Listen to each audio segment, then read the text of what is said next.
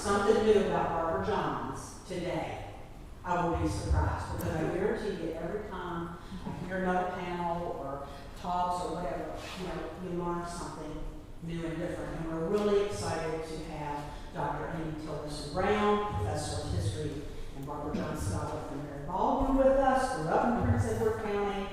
Margaret Edds, former reporter, editor for numerous papers, retired journalist, and wrote this book about Oliver Hill, which, Barbara Johns is tied into. And thankful and thank our Senator McClellan, who is also on the Nova Museum Board and also steeped in Barbara Johns. In fact, we had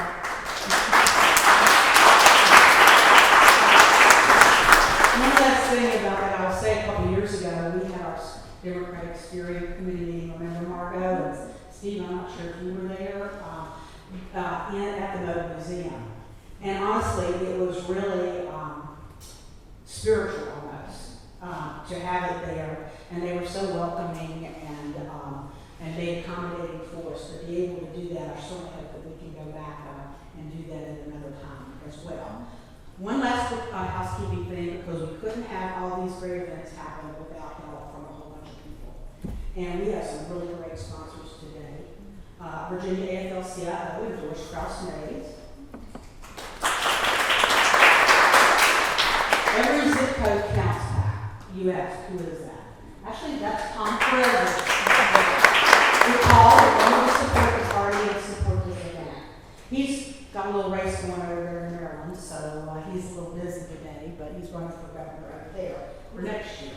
Senator Mark Warner, Senator Arlington's own Senator Barbara Favola,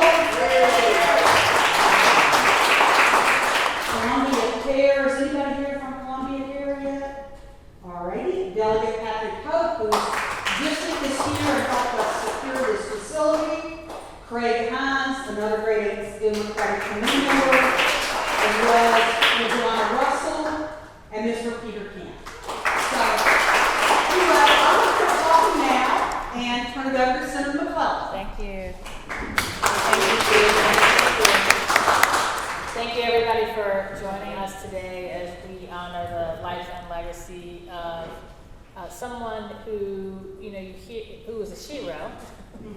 And I think a lot of people forget that every major movement in social justice, young people and children, and technically Barbara was a child, have led the way. And even today, as we think back, as we commemorated the anniversary of the Unite the Right rally, that rally was around a movement led by another, at the time, high school student. So today, we want to celebrate the importance of a young woman who not only changed her community, but changed the country.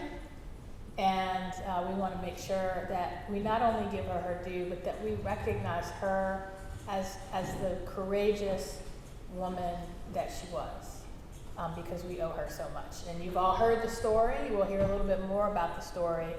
But I think, while everyone understands and has heard the name Brown versus Board of Education, unfortunately, not everyone around the country understands the critical role that Barbara Johns played. And we wouldn't have had a Brown versus Board if not for her.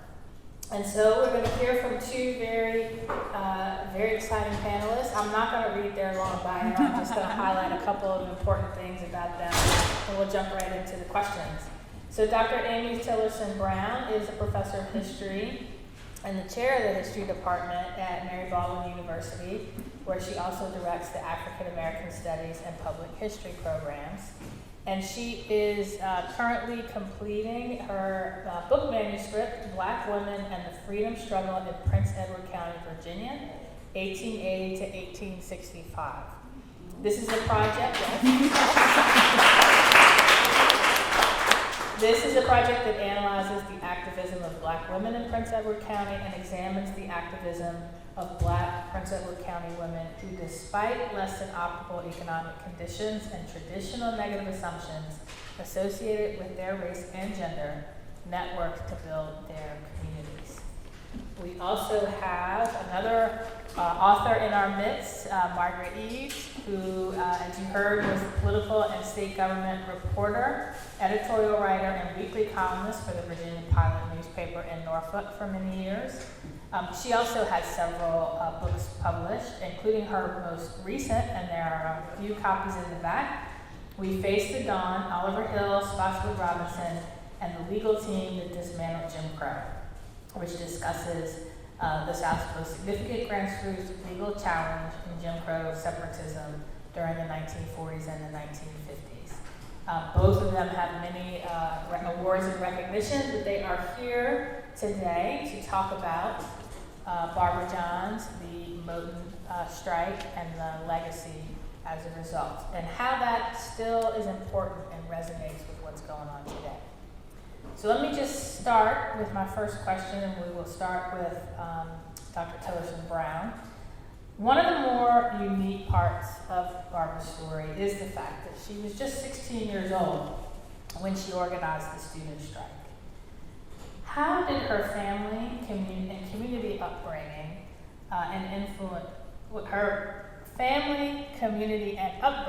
influence her and guide her activism? Sure.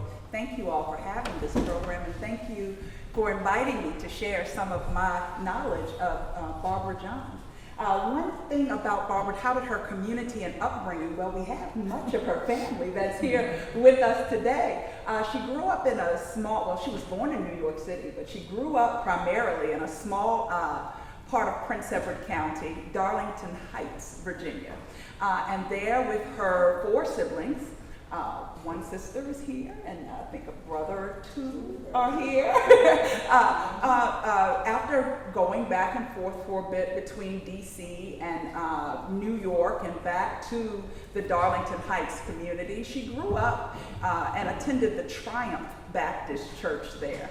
And when she was young and attended the church, as it would be in those rural districts, that we went to church typically, once a month there for various reasons, mainly transportation.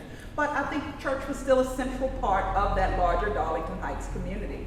And Triumph Baptist Church was her church. And so I'm sure then that the influence of the church and the church community was there with not only Barbara, but also her siblings, her maternal grandmother, who she spent quite a bit of time with growing up. But also, I think that Barbara Johns' activism that showed up in 1951 was part of a larger trajectory of activism that existed in rural Prince Edward County even before 1951. All right? So she had the influences of church women, club women, group women who were all working to build community, whether she sat in a class with them specifically or not. She may or may not have come in contact with the likes of folk like Pearl Madden. You all know Pearl Madden from Mercy Seat and AME Church.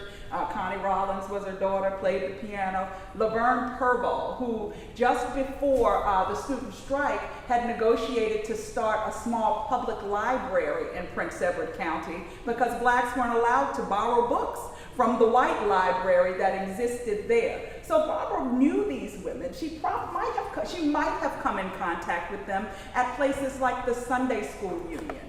It's not that people would often move from somewhere like Darlington Heights to Farmville once a month and go to church, but sometimes that union would travel around those rural districts. And there everyone would show up, kind of taking turns district by district. So she's likely to have seen some of those powerhouses even outside of the Moton School, where she definitely saw on a regular basis lots of activist type women with great ideas that nurtured hers, one major one being the student protest of 1951.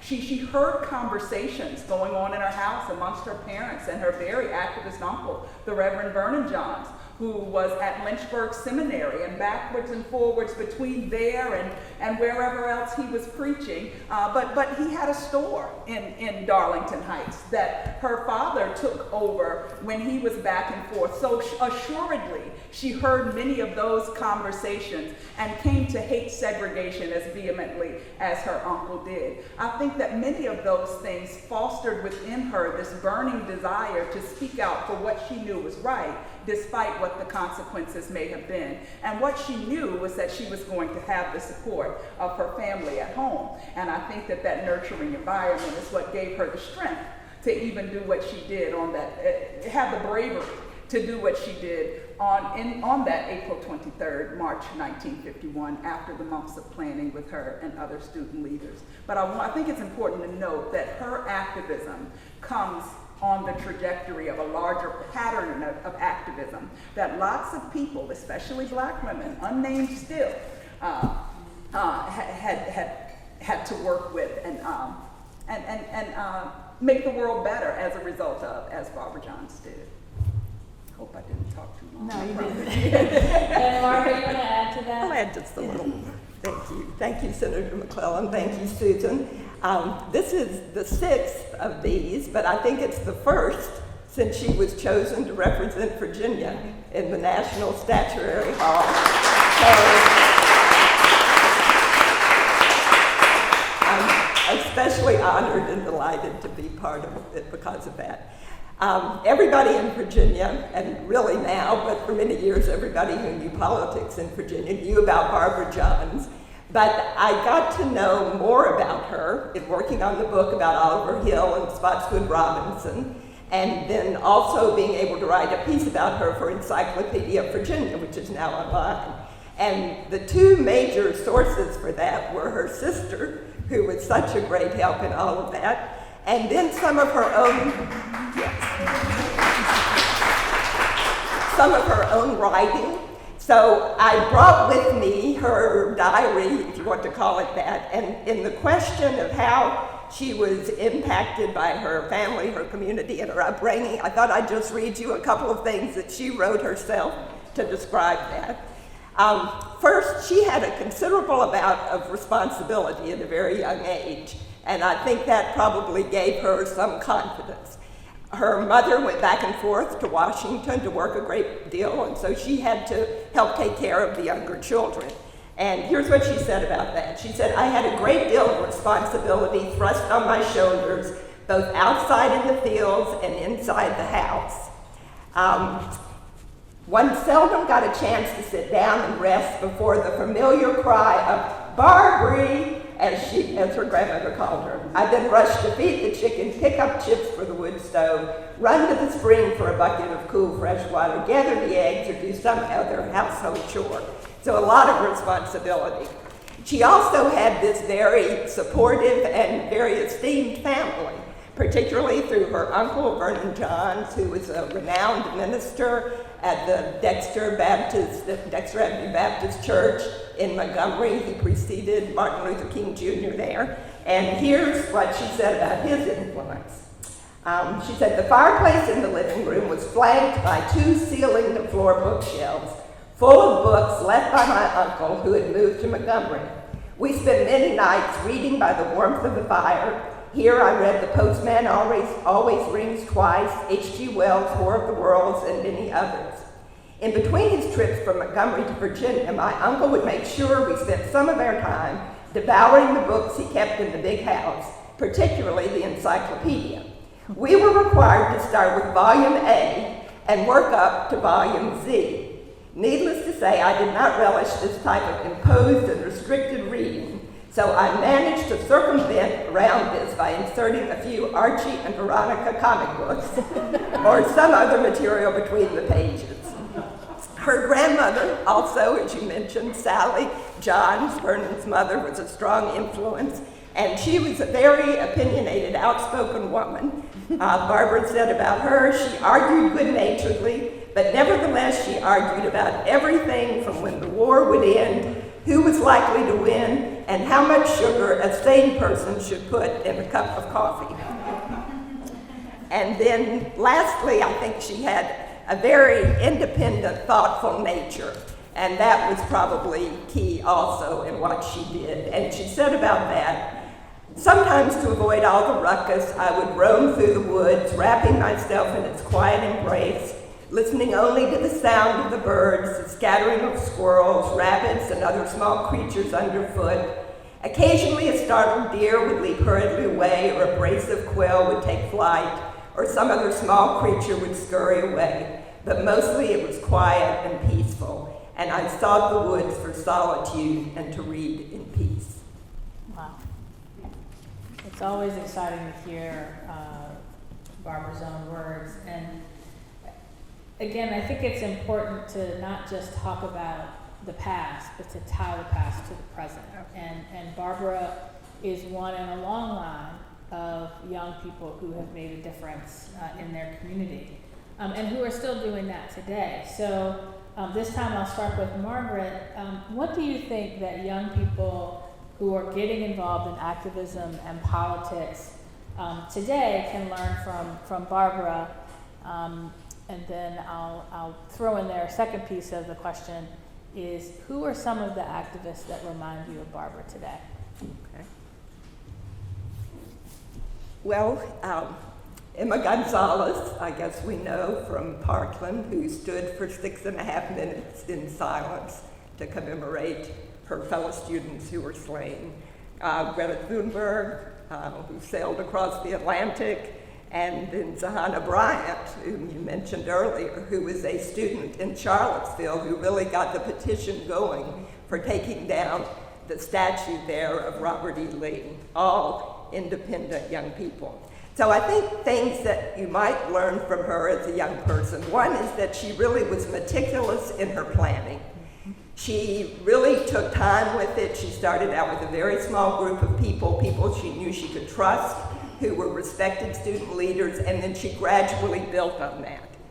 She also really had the courage of her convictions, and that was what so impressed Oliver Hill and Spotswood Robinson when they came to town soon after the strike began, really thinking that they did not want to take this case because they did not think rural Virginia was the place to be launching an attack on segregated schools. But they were so impressed by Barbara and her fellow students and their commitment. So she had the courage of her convictions. And then third, and I'm not sure if this is critical, but I think it's interesting, they really enlisted the help of adults only when it became necessary. They did this on their own, and then when they needed to take it to a higher level in the courts, then they turned to adult supervision. And in fact, I think they seemed to recognize that there was a moral authority that came with youth. And because of that, they tried to protect the older people in their school whom they knew, the principal, some of the teachers, they knew would be seriously affected by what they were doing. Yeah. Well, sure. Yeah, well, thank you. Thank you for that answer. But yes, I think of the leaders today, Zah Bryant was one that I think we had talked about before that really, really comes to mind. In fact, most of the people that you named came to my mind. There was one other, though, Chelsea, the two youth leaders who came together, I think it was Columbia, and they started this march for voting rights out of New York. So those would be two others when we're thinking about youth activists, I guess, today that are following the lead of women like Barbara Johns, and I think that would be the only one that I can come up with right now to add to the list that has already been shared. But what I think they have learned from Barbara Johns, whether they know it or not, is the importance of galvanizing community. This was not something that Barbara Johns came up with on her own and said, hey, let me go do this protest by myself. What she understood was that the change that came as a result would not only be impactful for her and her cadre of students that she was there with, but also generations to come behind. And I agree with you that that's why she so earnestly required then the group, the core group that she spoke with first, to bring people that they also trusted into the conversation to get everyone on the same page. It's almost as if she knew even then that the only way that this would work is that if everyone got on the same page.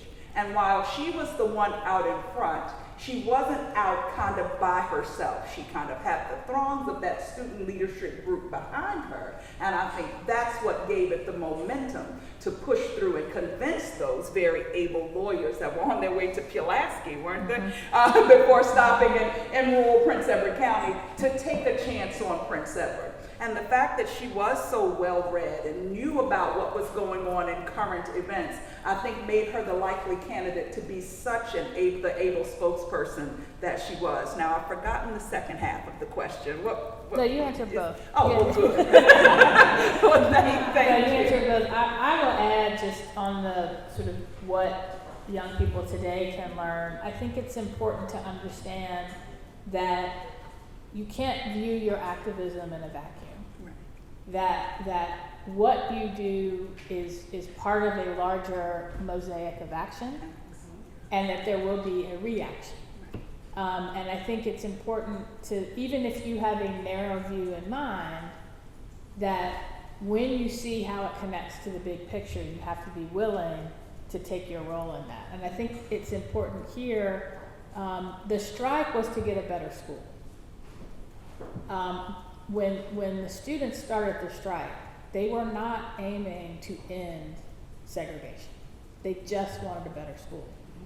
But what they didn't realize was there was a larger plan under the NAACP and Charles Hamilton Houston and a cadre of lawyers that included Oliver Hill and Spotswood Robinson and Thurgood Marshall to methodically take down segregation. And they were looking for a case to do it. And they stopped in Prince Edward County mainly because they just got harassed. I'm like, let's just go meet this girl so she'll leave us alone while we plan. And they each saw how their movements were connected, and it led to an even bigger movement. So sometimes it's even if you have a singular goal in mind, recognize how it fits into the larger mosaic and be flexible. Was very important. But again, I alluded to sometimes there's a backlash. And the Ku Klux Klan harassed Barbara and her family because of her involvement in the strike and in the civil rights movement. And so this time I'll start with Amy. What does that say about our society and that racial justice advocates, and again, you see this throughout history, when there is action, there is a often violent reaction. And what can people do to target that, counter that targeted reaction? What that says about our society, now you're talking to a historian at this point, right? And I'll try to keep it very, very brief, is that racial justice is going to have to be something that we have to just get ready to fight for almost every day. It does not come by the passage of laws. Laws don't necessarily change people's mind. In fact, I can't point to a place where I see that someone passing a law has changed people's mind. I don't know. I know you all didn't do this on the way up here on 95. We know what the speed limit is, right? But what stops us from speeding other than ways when they tell us a police officer is close by? It's knowing that if you get stopped, there's going to be a consequence. So without any accountability, right, we can't really expect for racial equity to come to fruition in the ways that our beautiful Constitution promises for citizens of these United States of America. So what do we know? We know that the fight is going to be long and hard. We know that someone benefits from what we see clearly as this injustice. And those that benefit from the injustice are equally as determined to keep their position as those who know the injustice exists are into fighting against it. So whenever you get involved in this, it's going to be a fight. And so for those activists who think, well, I'm going to go to this protest and I'm going to hold a sign, and that's going to be the extent of my wonderful activism, then that's the extent of your wonderful activism, but the struggle, the marathon, continues. Every step that we take, I think we can expect to be able to hand the baton to a generation after, because what history teaches me is that with every 3 steps forward, often the backlash comes and therefore back.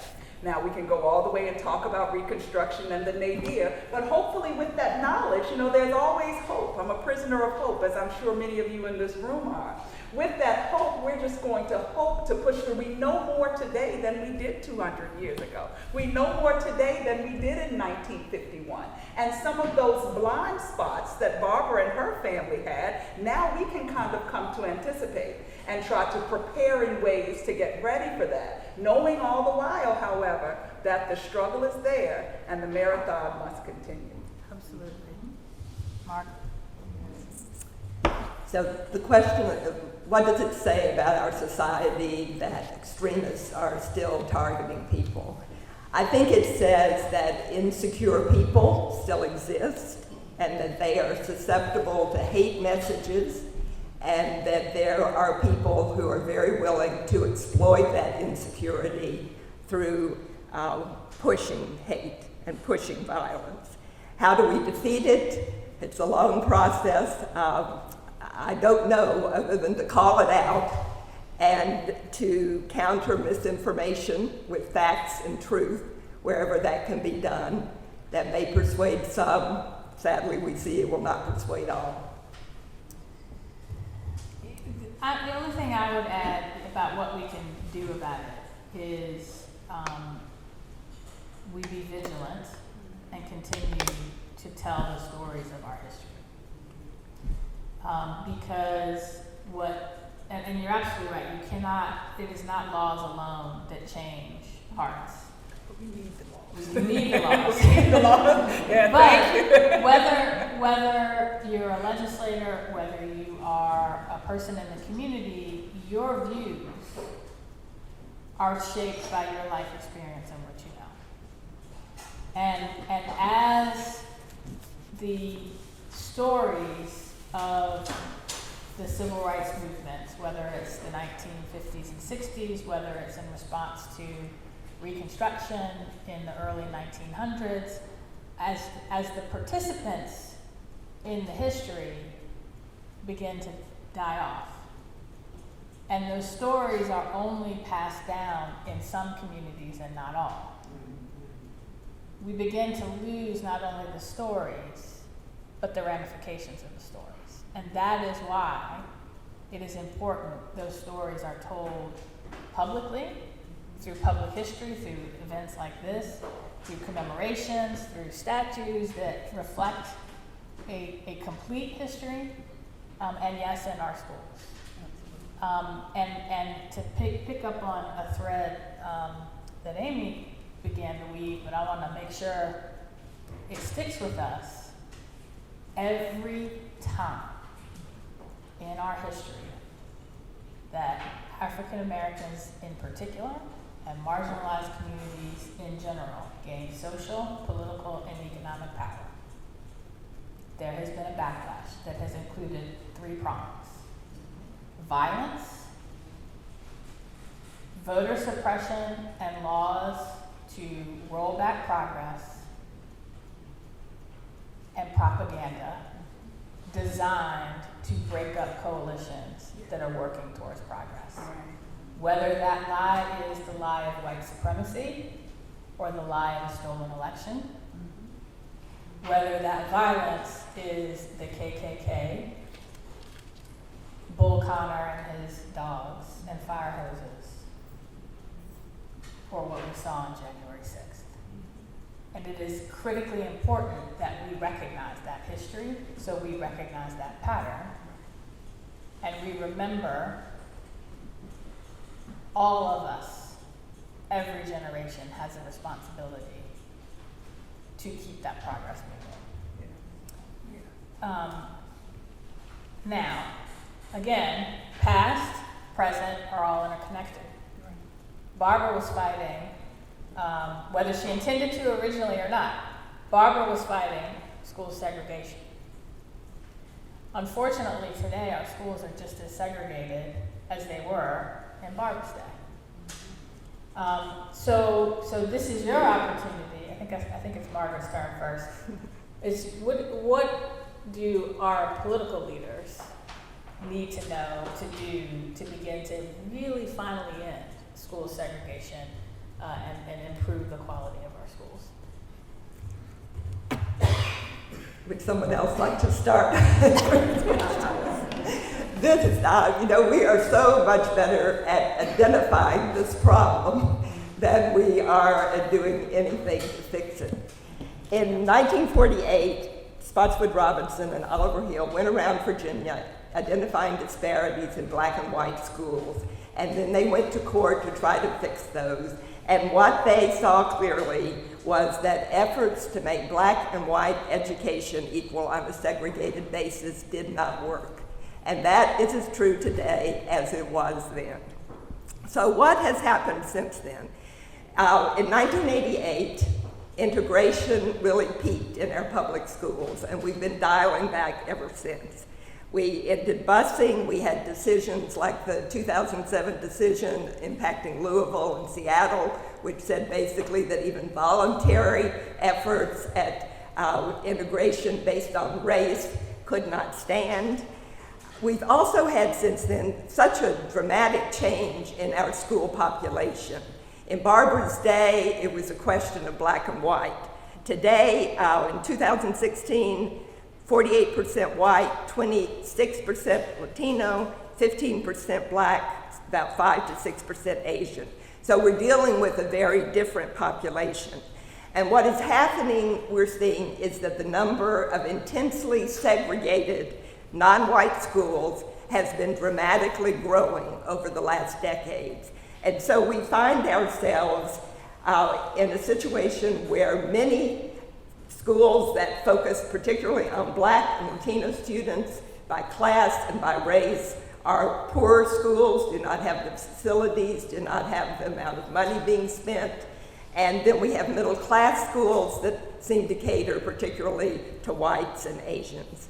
So how do we fix that? Particularly because the courts are no longer really the benefit that they were in Barbara's day. It's really such a complex web of housing and school assignments and school funding policies. You can look at so many things, like in Virginia, our school lines are drawn by county and city.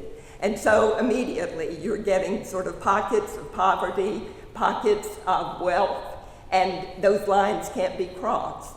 Our housing situation needs to be changed. There needs to be more affordable housing in communities. Just the restrictive covenants that we have in housing, that works against it. We need to find ways to encourage school districts to cross racial and economic lines, but it's very difficult to do today because you cannot have the benefit of the courts that were there in Barbara's day. Amy? It's really a big question, isn't it? I mean, how do you deal with this de facto segregation that we know exists in public schools, especially even just today? And I think you brought up a great point. The issue is structural. We've been hearing this since 2020, right, after George Floyd. The issue is systemic. I mean, it gets to the very core of why we operate the way we operate just as individual human beings, but you can't fix one without fixing the other. The schools are segregated because the housing districts are segregated. The housing districts are segregated because of the jobs that people can get and the income that they are bringing home to be able to afford what districts that they are living in. All right, and so one quick and easy answer, I don't know how easy, the response could be, well, the squeaky wheel gets the oil.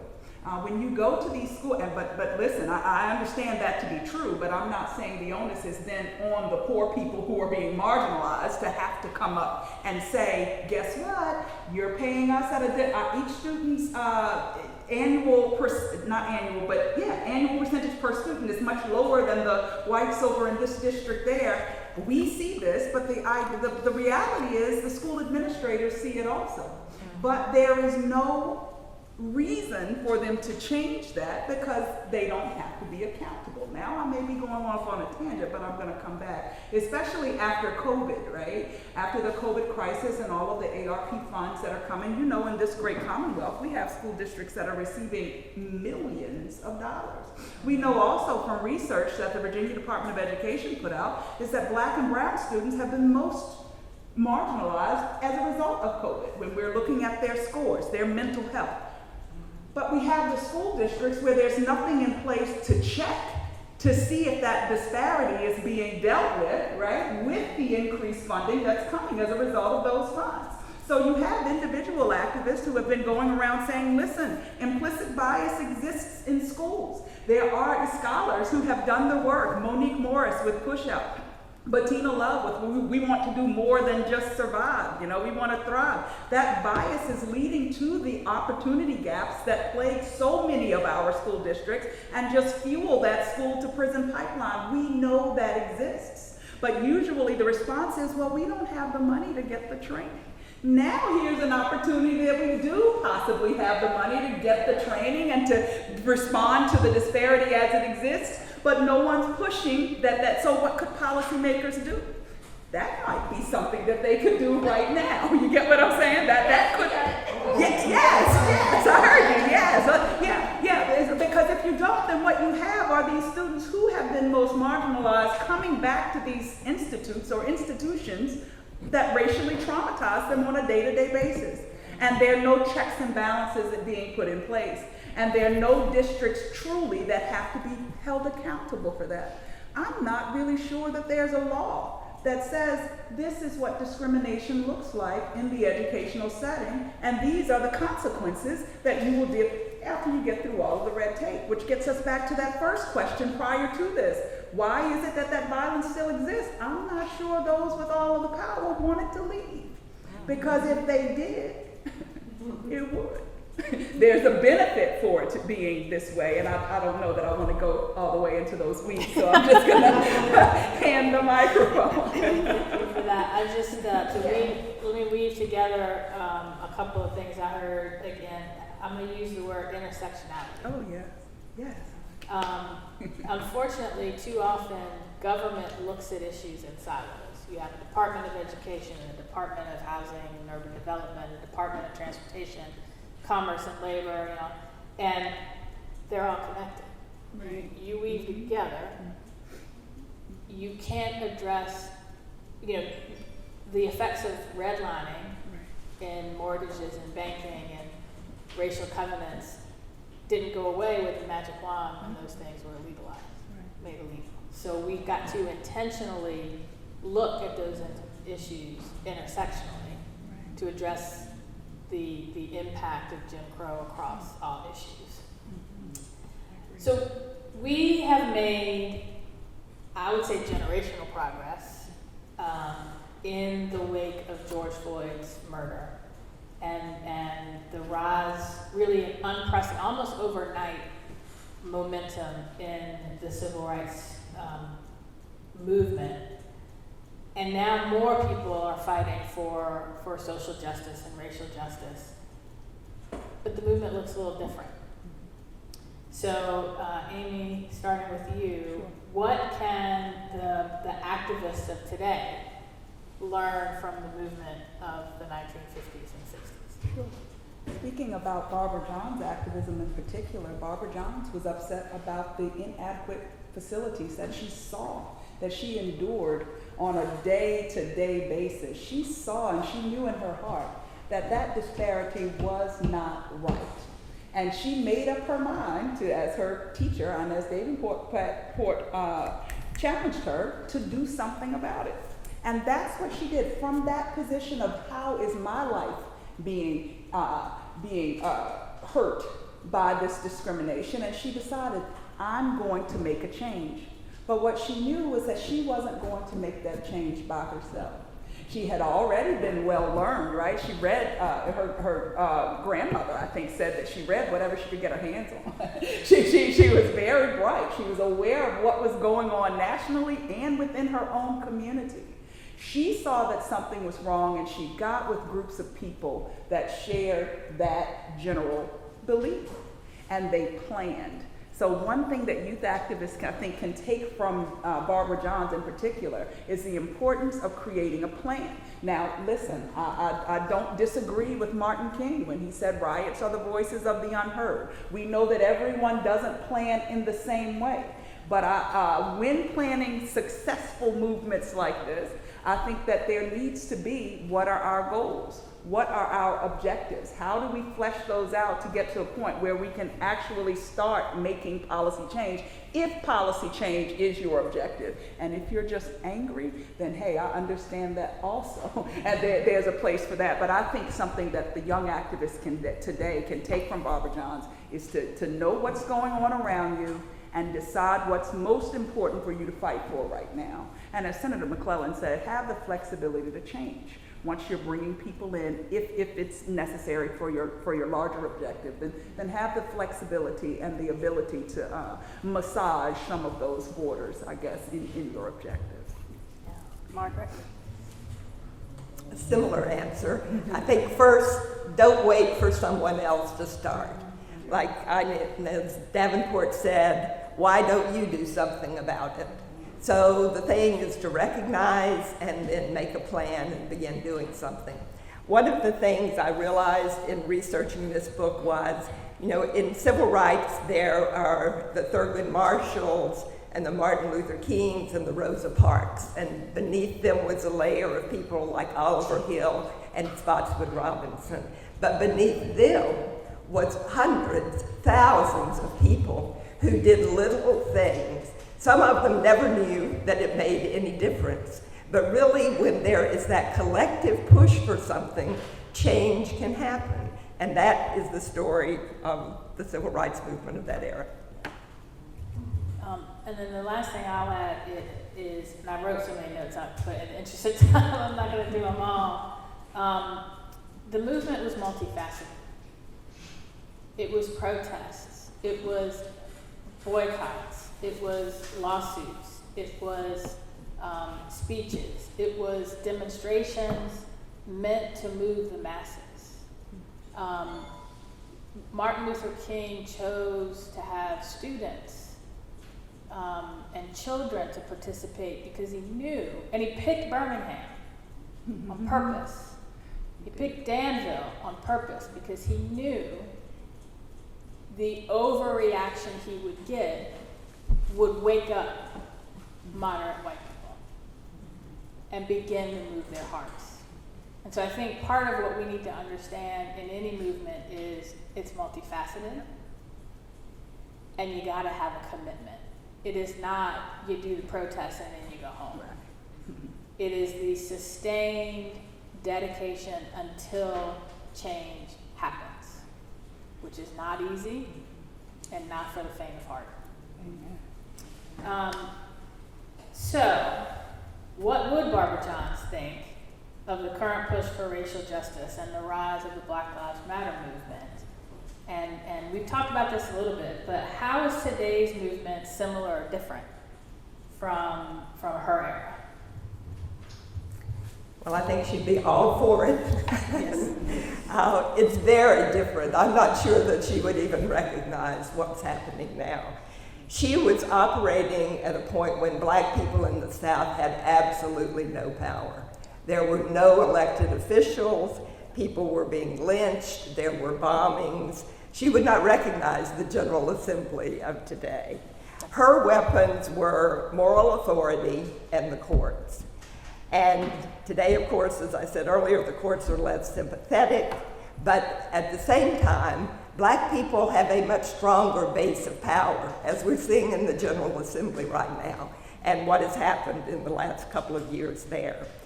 She said when she realized that this was going to be a push for desegregation, we felt like we were reaching for the stars. Well, today, she would not see this as some impossible dream. I think she would see it as what is just and what is right, and it would be more a demand than a plea. So it's a different world that we're operating in. Thank you. One major difference is social media. Yeah, one major difference is social media, where she's collecting the small group of friends and meeting behind bleachers and in the small discrete spots on Moton's campus.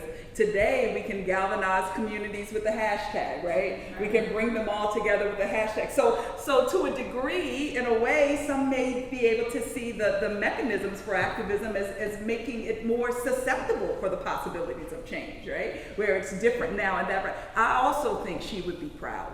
I think she would be very, very proud. I also think that Barbara Johns recognized power within the Black community. While they were being ostracized, we know what it was like in 1940s, 1951. We know what she dealt with, even having to go to Montgomery because of the threat of violence.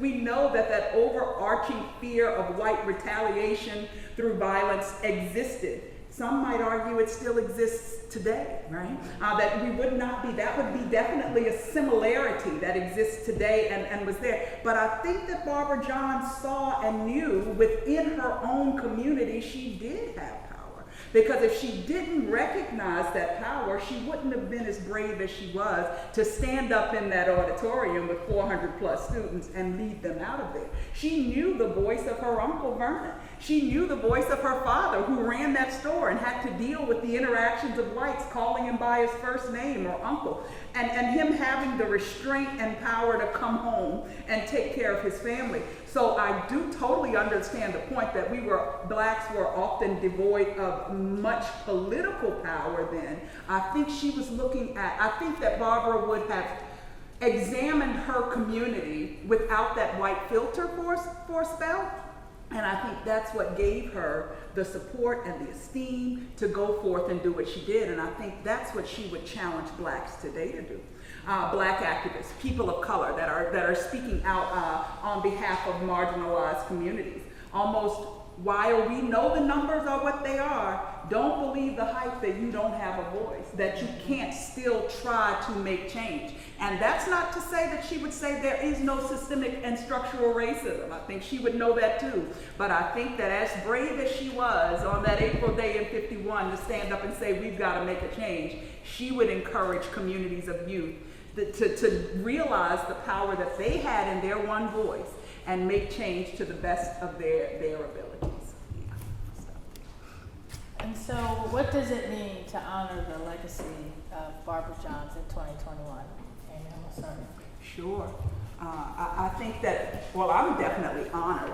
Being a daughter of Prince Edward County, I graduated from Prince Edward County High School. My mother was one of what historians had called the lost generation that I challenge in my work. I don't necessarily think they were lost. What it shows is the primacy of white supremacy and how powerful it was under the reign of massive resistance. But they worked and they built community in spite of. So I'm honored then to speak on a panel about what I see as a foremother of the community that I have grown up in. And I almost see it as a challenge that not only I have, but I have to teach my students and my children and my nieces and my nephews that, look, this is the tradition of activism that has preceded us.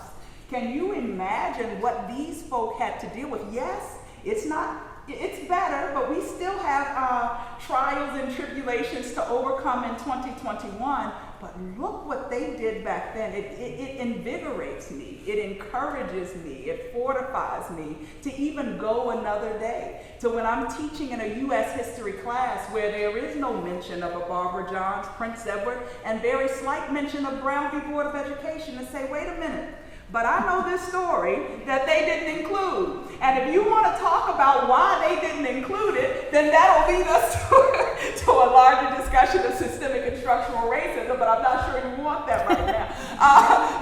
But I think that those stories and those experiences they've definitely shaped my worldview.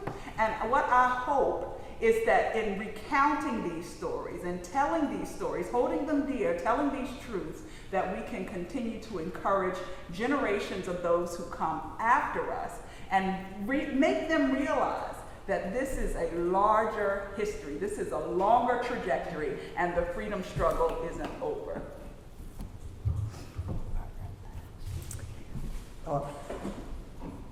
Honoring her legacy, I think, means for each of us, in whatever sphere of influence we have to speak out against injustice when we see it.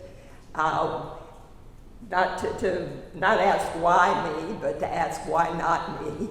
I'm the one who needs to take action, and really in her method to work diligently, systematically, and courageously for change.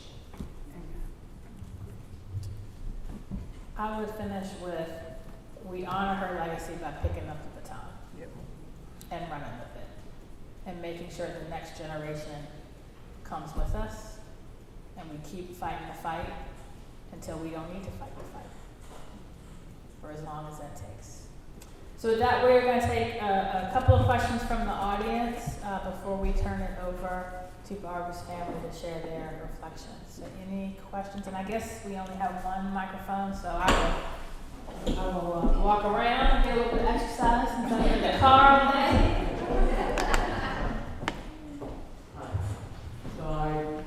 So my experience has been come to this country as a teenager in 64. And suddenly I was in Tennessee on a project at the Oak Ridge National Labs. And that's when I realized how rampant the discrimination was. I mean, they looked at me and they said that they're okay because my hair is not pink. But, I couldn't go to the restroom at a gas station. I couldn't do, it was real. I think my perspective of all that, and, marching with Stokely Carmichael, and the other side, the more harder protest, about the injustice, that we should get away from the word black. Trump has given us a huge, huge kind of thing. We are all colored now.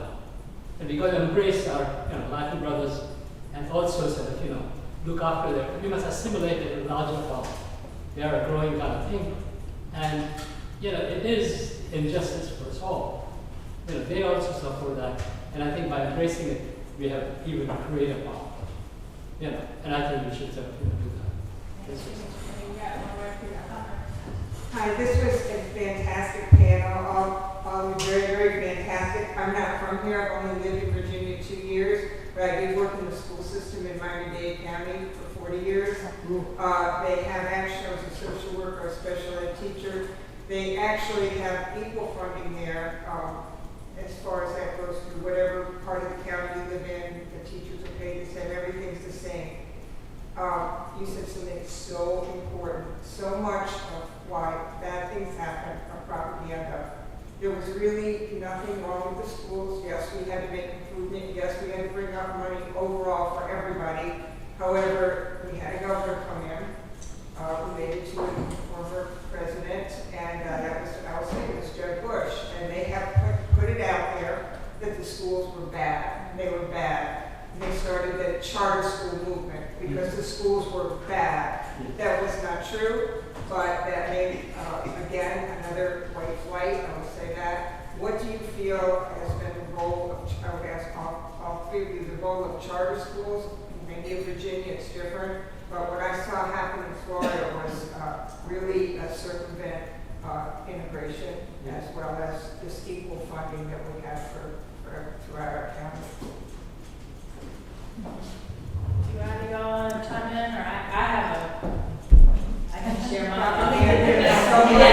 Well, I think here in Virginia, and again, this is why it's important that people's political views are shaped by their life experiences.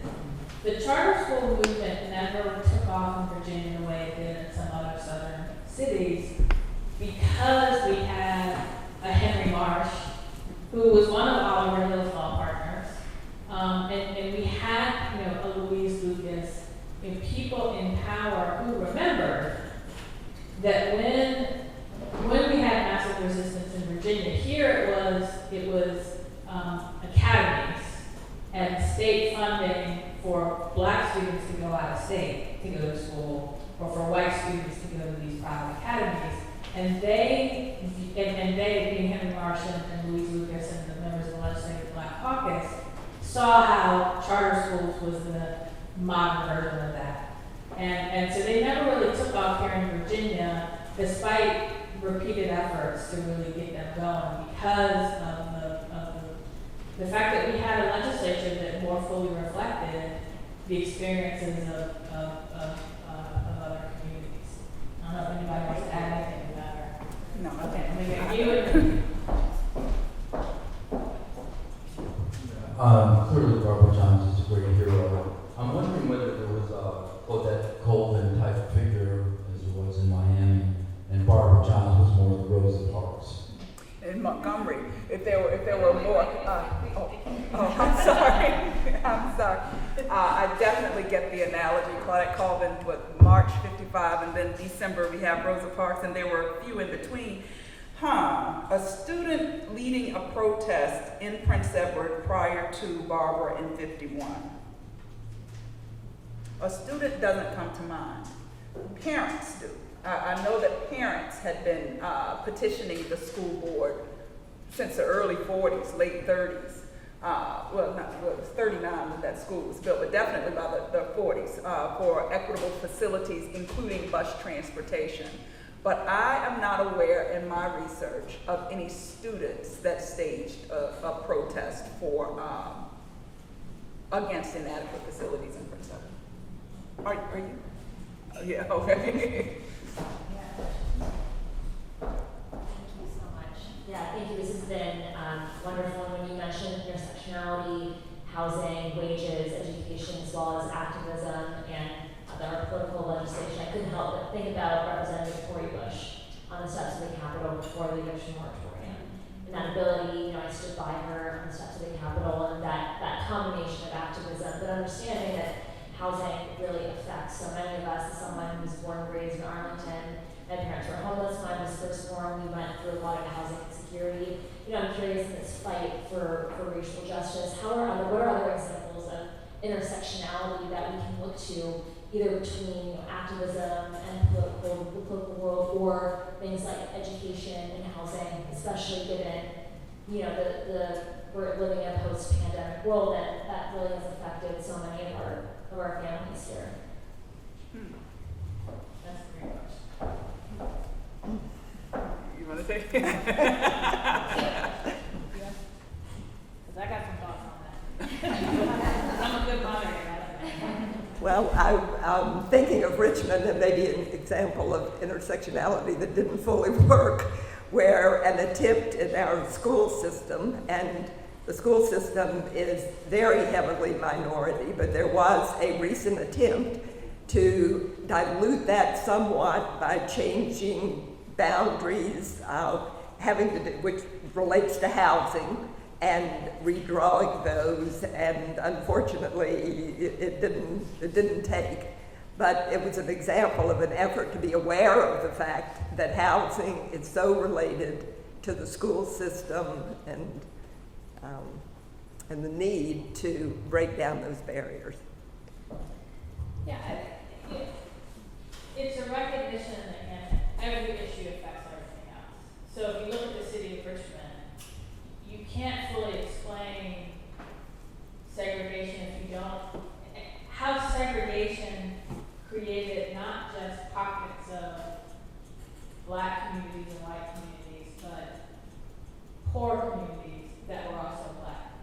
Because when you have a highway decisions about where to put highways, cutting Black communities in half, and cutting them off from the business center, and you have public transportation decisions of where you put bus routes, and where you put stops that are not going to connect these communities that are now physically cut off.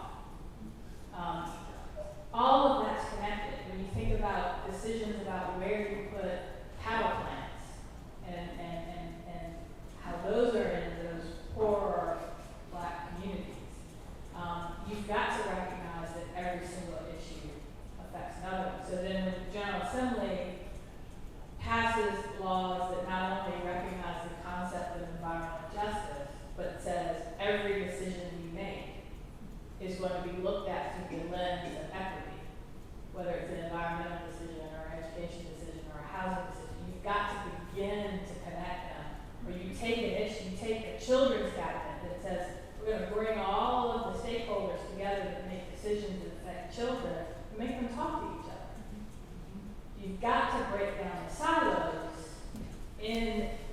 among decision makers, so they understand how their decisions affect other people. If you don't do that, you're never going to break down systemic racism. This is for Dr. Tillerson-Brown. I just want to make sure I understand. When you say your mother was part of the lost generation, was she was part of this when school shut down, and did she stay at home, or was she, I know some folks, the Quakers took them in, others had relatives, and I'd just be interested in. You want to know her story? I can share it with you.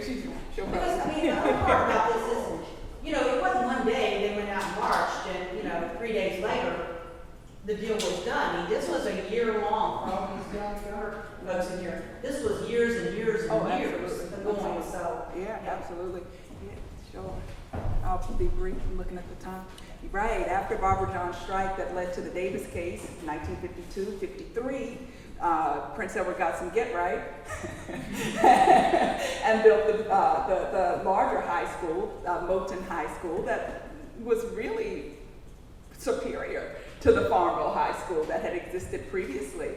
Well, we still had in that county lawsuits being pushed forth, trying to move towards integration, because what the Board of Supervisors had determined was, well, now you've got your school, leave us alone about integration. Well, Black Prince Edward County said, we're not going to leave you alone. We're going to keep pushing for integration, which was what the NAACP was mandating at the time. But in the meantime, we have the bird machine moving as they moved through Virginia. After the passage of the Brown decision in 1954, they had started bringing groups together, figuring out how they will not comply with the integration mandate of the 54 decision, and then 55 with all deliberate speed, but that wasn't very deliberate at all. And in 1959, there are other counties as well. We've got Norfolk, we've got Charlottesville, we've got Warren County, right? But Prince Edward in 1959 just made the decision, we're still not going to open our schools. And they didn't. And my mother was one of almost 2,000 Black students who in 1959 did not have a public school to attend because she was Black. Now, speaking of real estate and housing, my grandfather continued to pay real estate taxes. Real estate taxes are what are used to fund public schools, and were used to fund public schools then, but his 6 children had no public schools to attend.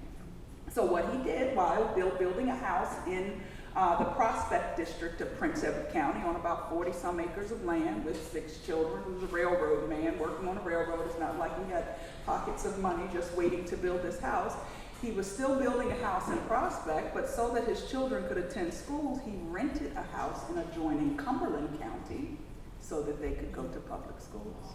Now, he had 6 children. The 3 oldest ended up, my mother being one of them after that year of renting, living in Baltimore with family. And I remember my mother attended Catholic school there on the east side.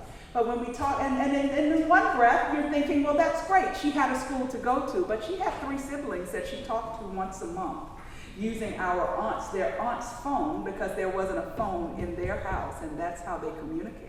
So when we talk about disruption of families, all because of this pervasive and ever-present racism, the smaller issues, so for a year, my mother was away from her mother and her father, and also her younger sisters. What is the toll that this even takes? Aside from educational loss, I think we could go on and on and on, but when schools reopened, she did end up coming back. This was after the free schools, and she graduated as, I think, the last class of Robert Russell Moton High before they changed the name to Prince Edward County High to be more inviting to white families. Now that's a conversation also. Well, we're running out of time for questions. Where can I see her portrait? Oh, okay, I'll answer that question. So Barbara has a portrait. The last time I saw it was in the governor's mansion. It's still there. Okay, yeah. So there's a portrait of her in the governor's mansion, and then there's also the Attorney General's office was renamed for her, and there's a picture of her there as well. The statue's still being commissioned, right? And the General Assembly did pass a bill that her statue, which is in the process of being commissioned, will replace General Lee and the statutory hall.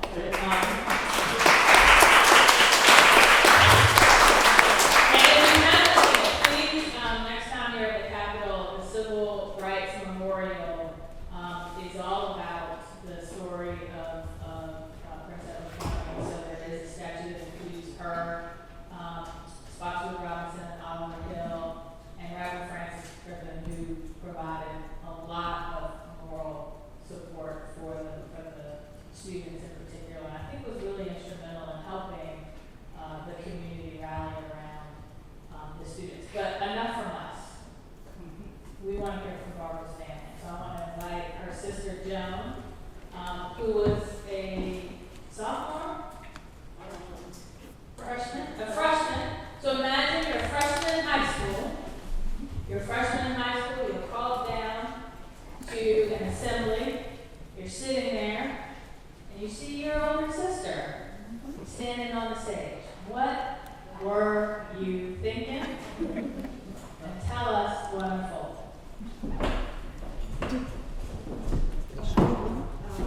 Does she need to come up?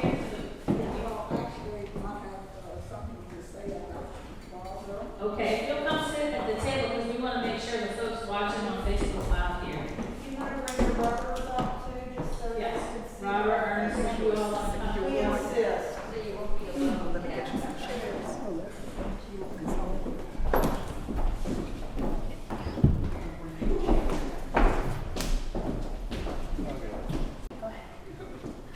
Good afternoon, everyone. Can you hear me without the mic? No. Oh, gee. I'll get it. That's okay. First of all, I would like to thank Senator McClellan and Amy and Margaret for their kind words. And I'd like to thank Susan for inviting us. And I would also like to shout out to both Mr. Bo Dickerson, who is the history teacher from Rockingham, Virginia.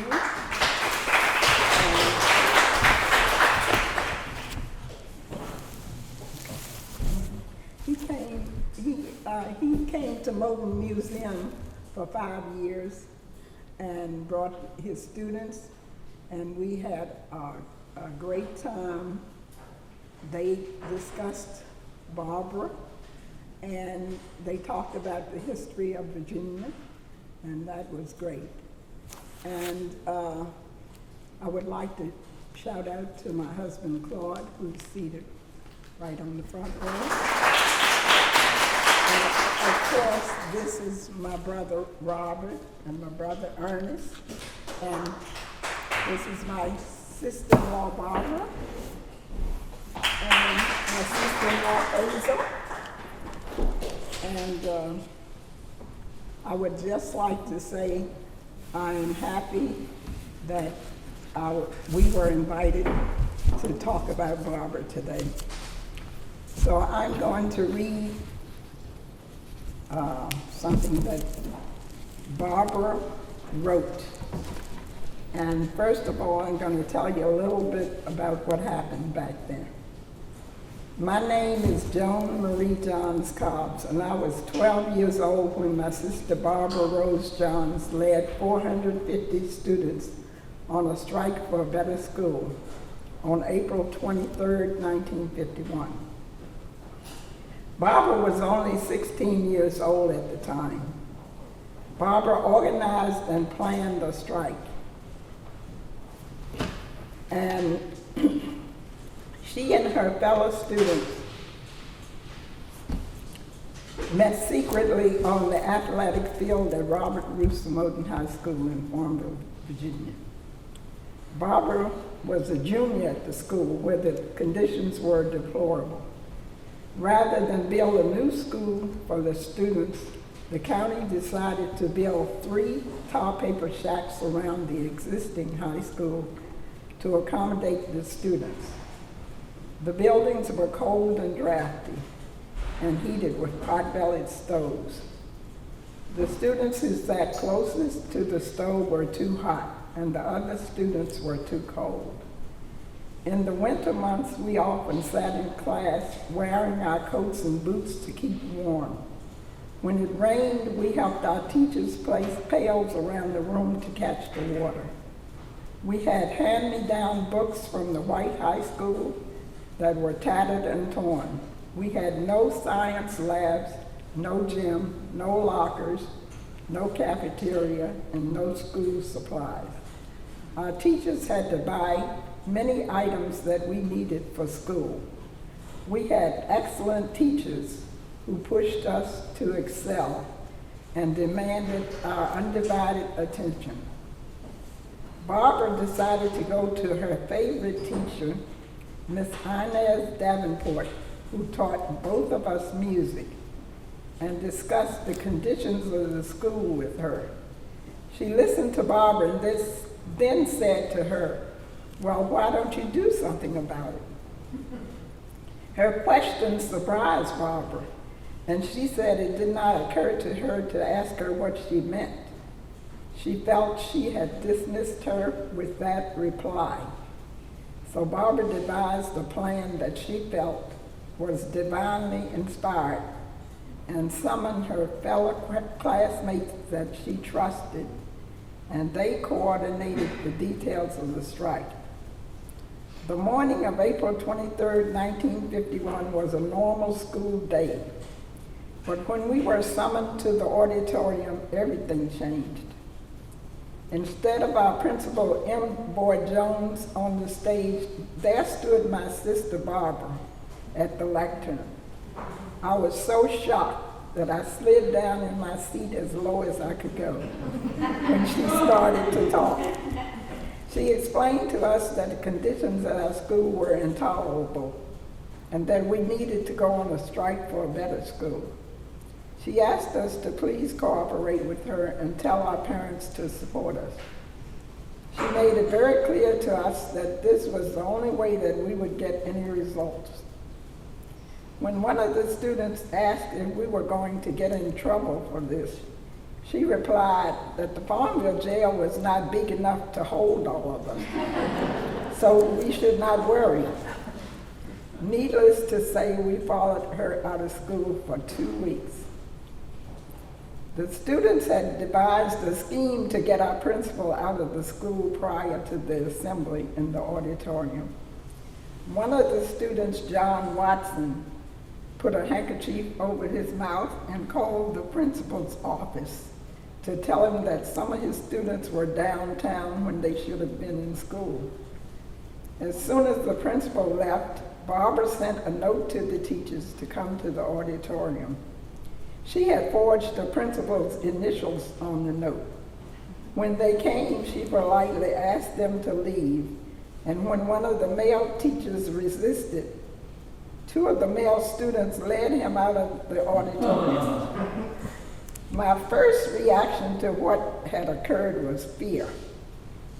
I thought that the white community would try to harm us, and I worried that our parents would discipline us too, even though Barbara had told us we should not be afraid. I had no idea what the consequences of our actions would be. All that Barbara wanted was to have a better educational facility for us and to be treated as an equal to the students in the white community. Barbara told our parents what had happened that day. They were very shocked, but their immediate concern was for her safety. After receiving threats, they decided they needed to send her to finish her senior year of high school to Montgomery, Alabama, to live with our Uncle Vernon Johns, pastor of the Dexter Avenue Baptist Church in Montgomery, Alabama, and a civil rights activist in his own right. Barbara graduated from Alabama State Collegiate Preparatory School there. After the strike, Barbara realized that we were going to need some support, so she contacted Reverend L. Francis Griffin, pastor of the First Baptist Church in Farmville, Virginia. He got involved and helped the students by providing the best advice that he could. He worked with the NAACP to get attorneys to represent the students. He also provided the church as a meeting place so that the community could seek and get information on what had happened, what their options were, and how to best handle the situation. Barbara and Carrie Stokes wrote a letter to prominent civil rights attorneys Oliver Hill and Spotswood Robinson in Richmond, Virginia, to ask for their help. At first they refused because of their tight schedules, but Barbara then called Oliver Hill, and he said she was so persistent that they decided to stop through Farmville en route to another place. When they saw how serious the students were, they told them if they could persuade their parents to sign them as plaintiffs in a suit that would become part of Brown versus Board of Education, then they would help them. 119 parents signed for their children to become plaintiffs in Davis versus Prince Edward County. Barbara wrote a diary about what happened during the strike in 1951 that was found by her husband after she died September 25th, 1991. I thought it was very interesting, and I would like to share some of her excerpts in quotes as follows. Quote, "We were fond of our teachers. My favorite and the one who had the greatest impact on my young life was Miss Davenport, my music teacher, who later became Mrs. Jones, the wife of the principal of the school. Besides introducing us to the beauty of classical music, she permitted full expressions in her classes, something quite foreign to most of the classes. Most teachers taught and you listened and responded to their comments when requested. But Miss Davenport felt that everything in life lent itself to a variety of opinions, thoughts, moods, moments, much the same as music. And she encouraged you to respond that way. I got to know her more intimately when she became the music teacher for my sister and I when we took music lessons after school. I felt I could share my innermost thoughts with her and she wouldn't consider them ridiculous. This is how I happened to mention to her how unhappy I was with the school building and its inadequacies. I told her it wasn't fair that we had such a poor facility, equipment, etc., when our white counterparts enjoyed science labs, a huge facility, a gym, etc. I warmed to my subject and looked to her for some answer to my frustration. She paused for a few minutes and then asked me, "Why don't you do something about it?" I was surprised at her question, but it did not occur to me to ask her what she meant. I just slowly turned away as I felt she had dismissed me with the reply. What could one do about such a situation? I had no idea. But I spent many days in my favorite hangout in the woods, on my favorite stump, contemplating it all. I sat by the creek while Sadie Red drank. Sadie Red was our horse. And I thought about it. My imagination would run rampant, and I would dream that some mighty man of great wealth through God would build us a new school, or that our parents got together and surprised us with this grand new building and we had a big celebration. I even imagined that a great storm came through and blew down the main building and splattered the shacks to splinters. And out of this wreckage rose this magnificent building. And all the students were joyous, and even the teachers cried. But then reality would set in, and I would be forced to acknowledge that nothing magical was going to produce a new school.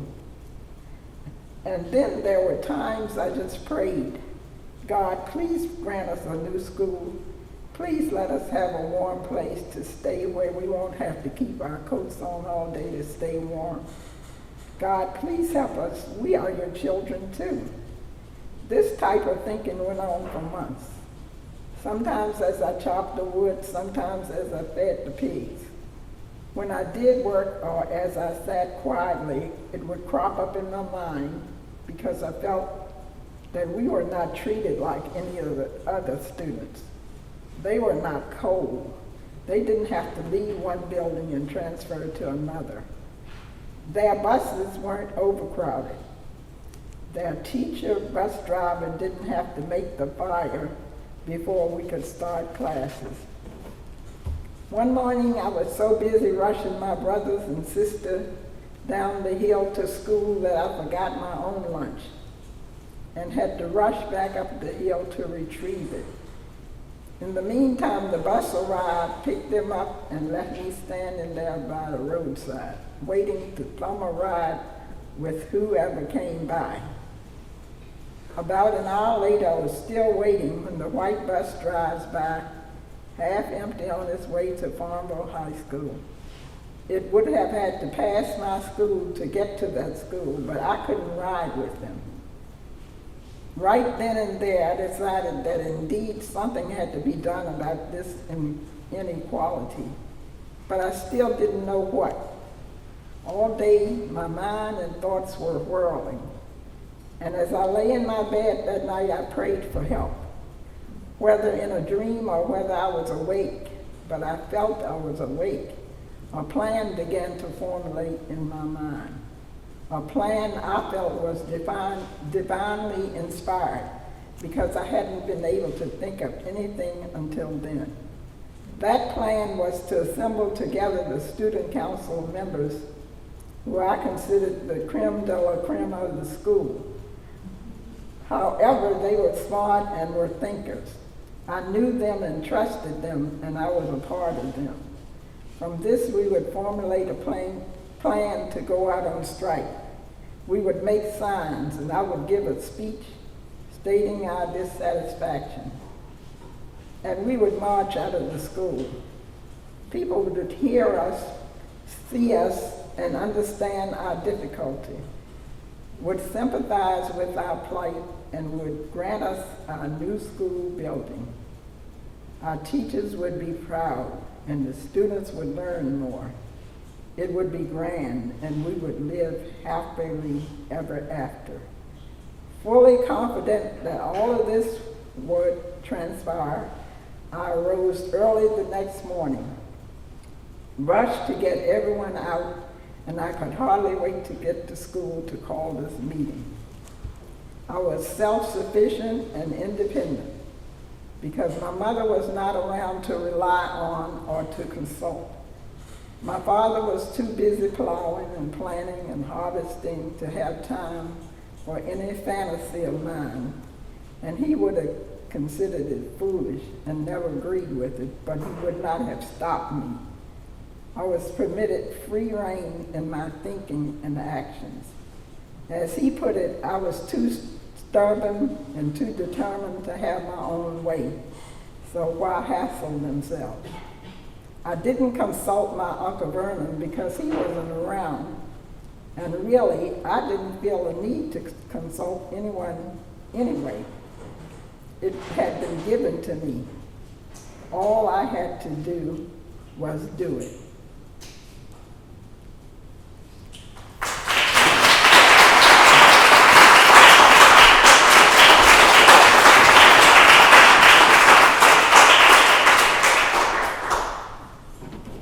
That was Barbara's own words, and I just wanted to share them with you. Thank you. Thank you.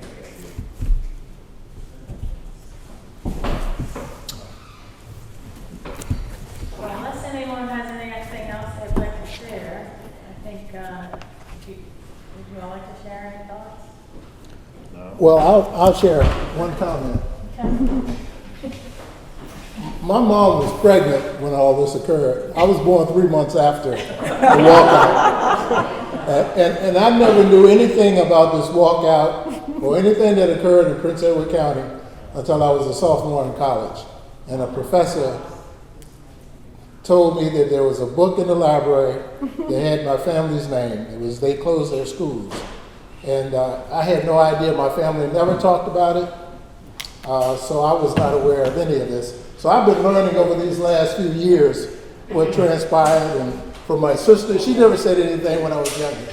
And my brother probably knows a lot more than I do, but, you know, I wanted to share that with you. Joan, thank you for sharing those words. It is really important that we remember these stories as the musical Hamilton says, who lives, who dies, who tells the story. So let's tell these stories And all the stories yet untold, we'll continue to write those stories until we achieve the beloved community that Dr. King and the civil rights leaders of the 1960s fought and in many cases died to achieve. So thank you all very much.